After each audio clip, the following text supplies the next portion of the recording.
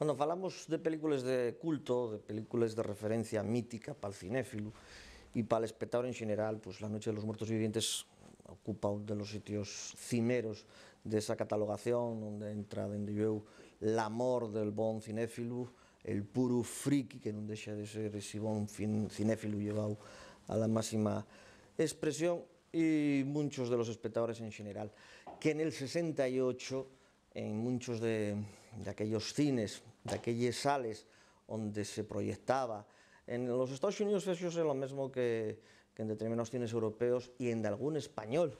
Lóxicamente fue elemento de marketing que nació nos Estados Unidos con aquella proyección, de meter enfermeres en les sales y con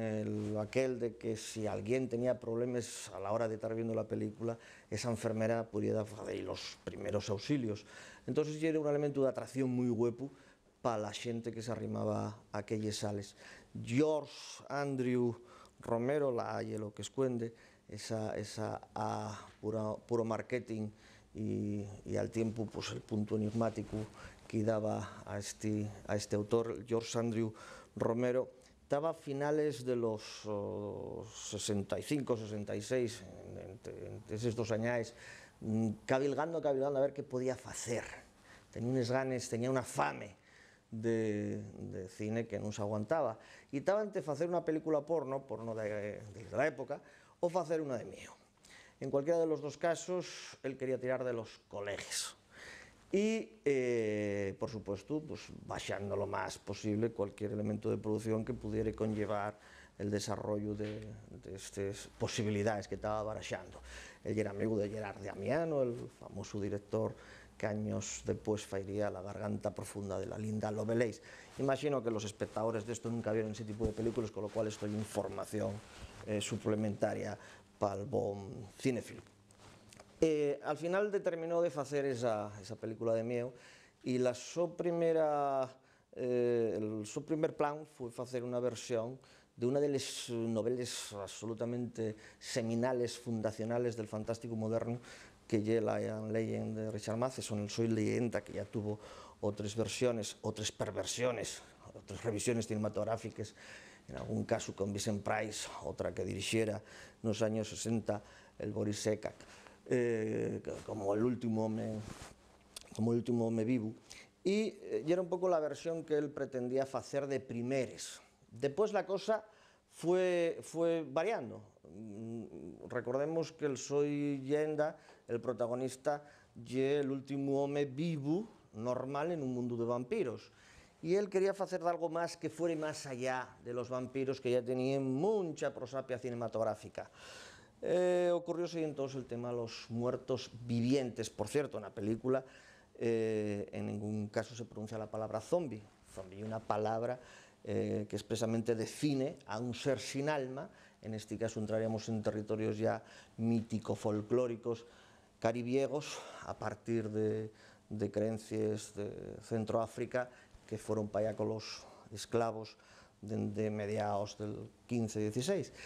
Por lo tanto, en esta película falamos de muertos vivientes y, gracias a George Andrew Romero, vamos a tener el canon para la bona película zombie. Ello ye fundamental, el zombie ye caníbal,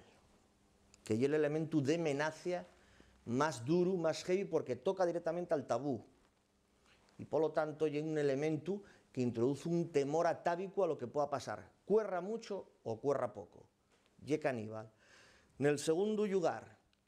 non ye consecuencia de la magia ni de la religión, elemento fundamental. En este caso, los zombies, si se nos explica, y en esta primer película danse algún que otro garabitín de por qué aparecen esos muertos vivientes,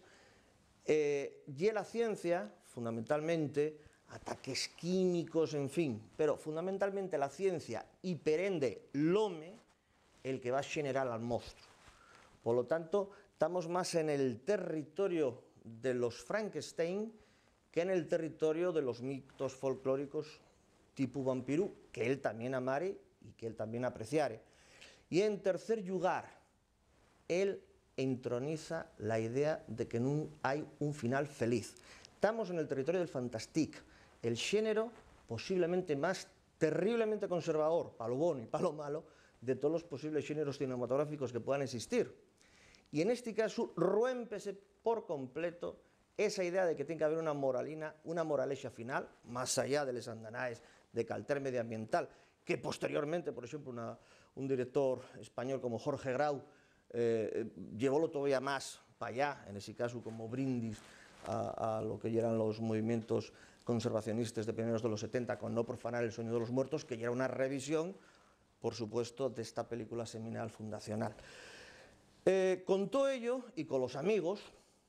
porque después hay otros elementos que tenemos que también valorar, pero que son valoraciones a posteriori, no a priorísticas. Cuando George Andrew Romero pone a protagonizar a un prieto, a un negro, la película no lle que esté haciendo de manera autoconsciente un brindis solidario al negro que en aquel momento estaba siendo todavía especialmente perseguido en muchos de los estados, sin más para allá de donde él mismo era originario, en Pensilvania. En la zona de Pittsburgh todavía en el 67-68 hubo mucha más raza de carácter racista. Él cuando pone a ese protagonista, él siempre refiere, él siempre cita que de todos los amigos que tenía, y era el que mejor actuaba y coincidía que era prieto, pero no era el canto que después sí pretendimos ver y huello que él asumió. Y entonces sí fue introduciendo claves mucho más ideologizadas en las posteriores películas que en la primera tanda, esa trilogía básica de los años 70 que fae George Andrew Romero, pues ahí sí va fondando, sobre todo en la segunda, en Zombie, cuando vemos a los protagonistas perdidos por aquel centro comercial, vemos hasta los zombies recordando cuando iban a mercar a esos santuarios, sí ya tiene ese elemento ideológico mucho más claro. En esta primera yo creo que hay una sucesión de logros inconscientemente algamados. No pretendía precisamente generar el gran discurso que después sí propicia el género, pero que sin querer llegó a ese discurso. Por lo tanto, vamos a topar a una ristra de personas enzarraes después de unos ataques previos por la parte de esos muertos vivientes, de esos comedores de carne, que precisamente era uno de los títulos que iba a tener la película. En antes de ser esa noche de los muertos vivientes tan eufónica, tan guapa, tan prestosa, tan poética, y partió de la idea de que se titulare La noche de Anubis, aludiendo al dios egipcio de la muerte, o bien La noche de los comedores de carne, que es ese elemento fundamental,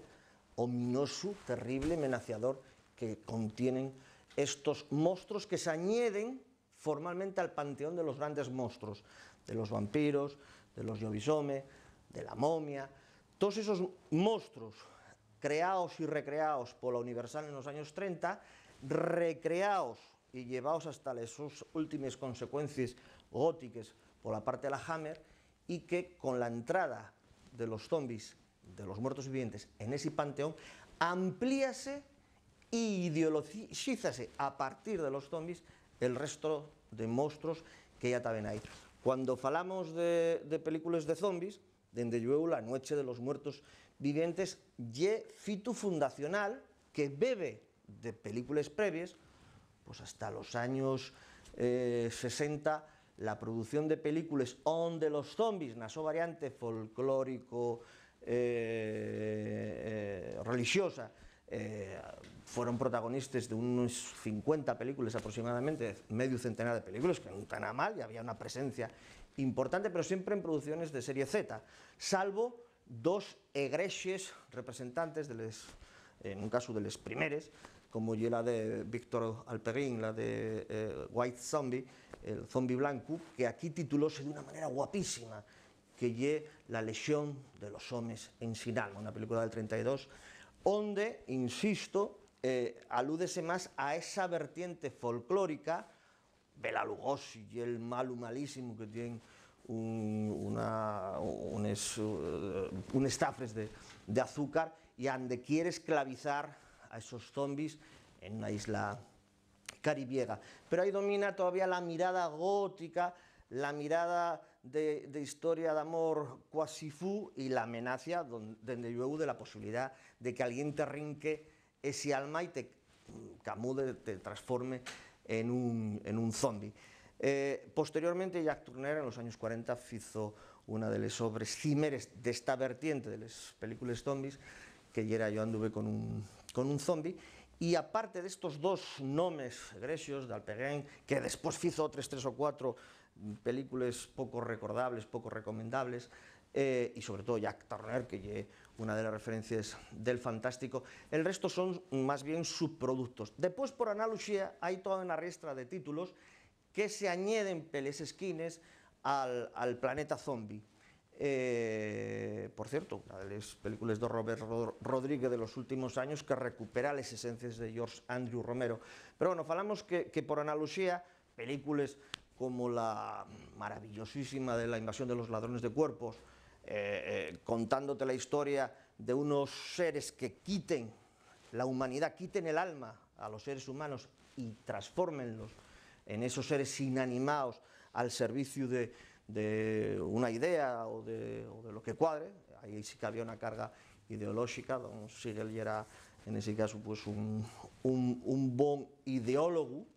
para lo bueno y para lo malo, pero que estas películas añádense a esa posible nómina, pero que entren muy escoraes. Realmente, entre las películas folclórico-religiosas y la gran película autoral que afita y fixa la mitología zombie, hay un salto cualitativo muy grande, y ese es el gran mérito de George Andrew Romero. Después de él hubo, y hay, muchos buenos cultivadores del zombismo, decirlo así, ¿no? Ahora mismo están triunfando pues, en medio mundo los muertos caminantes, los Walking Dead, en las televisiones de medio mundo, y noveles, cómic, en fin, esta misma, ya sabéis que apoyan un cómic, y al fin y al cabo son todo matizaciones, concreciones, nuevas relecturas de algo que ya prácticamente está todo condensado en los 90 minutos intensos de La noche de los muertos vivientes.